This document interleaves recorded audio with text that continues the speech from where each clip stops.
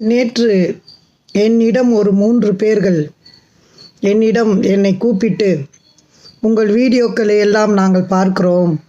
நீங்கள் பேசுவது, உங்கள் கவிதை, நீங்கள் சொல்கிற விஷயங்கள் ரொம்ப அருமையாக இருக்கிறது.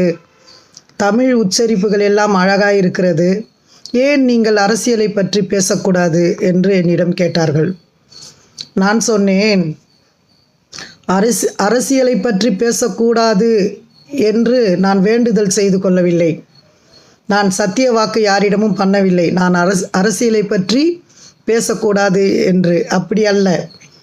நானும் கழக குடும்பத்தில் பிறந்தவள்தான். எனக்கு நினைவு தெரிந்த நாள் முதல், கருத்து தெரிந்த நாள் முதல் உதயசூரியனுக்கு மட்டும்தான் நான் வாக்களித்திருக்கிறேன். இதுதான் உண்மை. என் அண்ணன் ஜே.கே. அமுல்ராஜ், சேத்துப்பட்டு. நான் பிறந்தது சென்னை சேத்துப்பட்டு, நுங்கம்பாக்கம், மங்களபுரம். என் அண்ணன் மங்களபுரம் என்ற ஏரியாவில் பிறந்தேன்.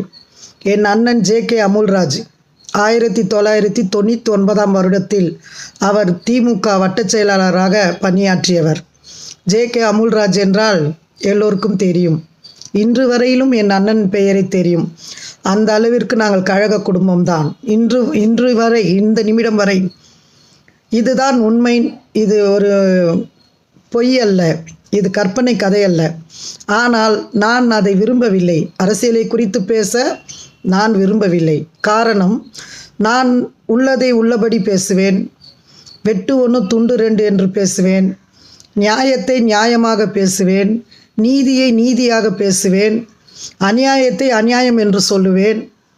ஆதலால் எனக்கு அது சரிப்பட்டு வராது. இப்போ உள்ள காலகட்டத்தில் பூனையை புலி என்றும், புலியை பூனை என்றும், கசப்பை தித்திப்பு என்றும், தித்திப்பை கசப்பு என்றும் அப்படி பேசினால்தான் நல்லது. ஆனால் நான் நியாயத்தை பேசுவேன், நீதியை பேசுவேன்.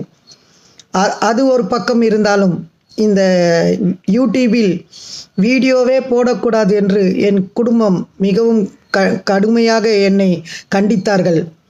ஏன் அடித்தார்கள், உதைத்தார்கள். நான் வெளிப்படையாக பேசுகிறேன். நான் எந்த ஒளிவு மறைவும் வைத்துக்கொள்கிற ஆள் அல்ல. நான் ஓப்பனாக பேசுகிறேன்.